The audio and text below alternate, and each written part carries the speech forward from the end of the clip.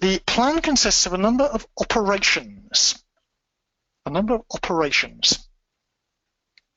Now, you read a plan top to bottom, left to right. I'm going to build it up slowly from a simple query to a more complex one. The DBMSX plan, by the way, is the package used to format execution plans. And what I'm using here with AutoTrace does just that. It uses the DBMSX plan package to produce this structure. So let's take a very simple example. What I did, by the way, I'm enabling the AutoTrace facility with set AutoTrace trace only explain. And then I'll run a statement.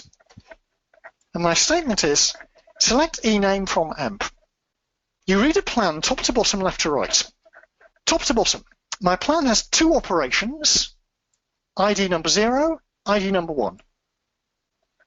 Each operation may or may not have a child operation.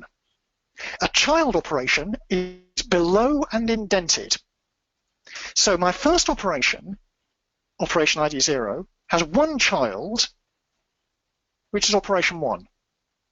It's below and indented by one character. Trust the formatting. It's wrong in some cases, but usually you can trust it. So that is the child operation of that.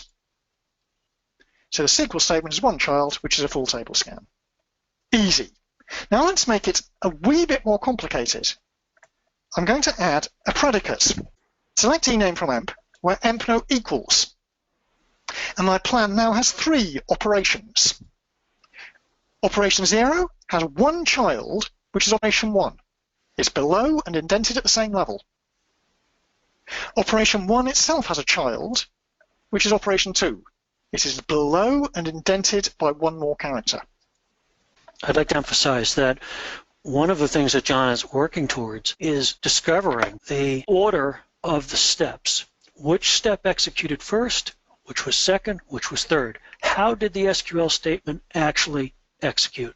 Back to you, John. That's vitally important. Which statement runs first? You need to be able to look at a plan that might have 500 operations and find the starting point. What did I say in the last chapter? The most important decision is the join order. So if your query is joining 20 tables, you need to find out which table is joined first. And that means understanding which operation starts to run first. The first operation to run is the first operation with no child. Select, it's got a child. Table access full, it's got a child. Indexing unique scan, no child. Therefore, that is the first operation to run. We are running that statement by scanning the pkemp index, looking for the key 7934. Once we've completed that scan, we use the row ID retrieved from the index to get the row from the table. So the order of execution is 2, 1, 0.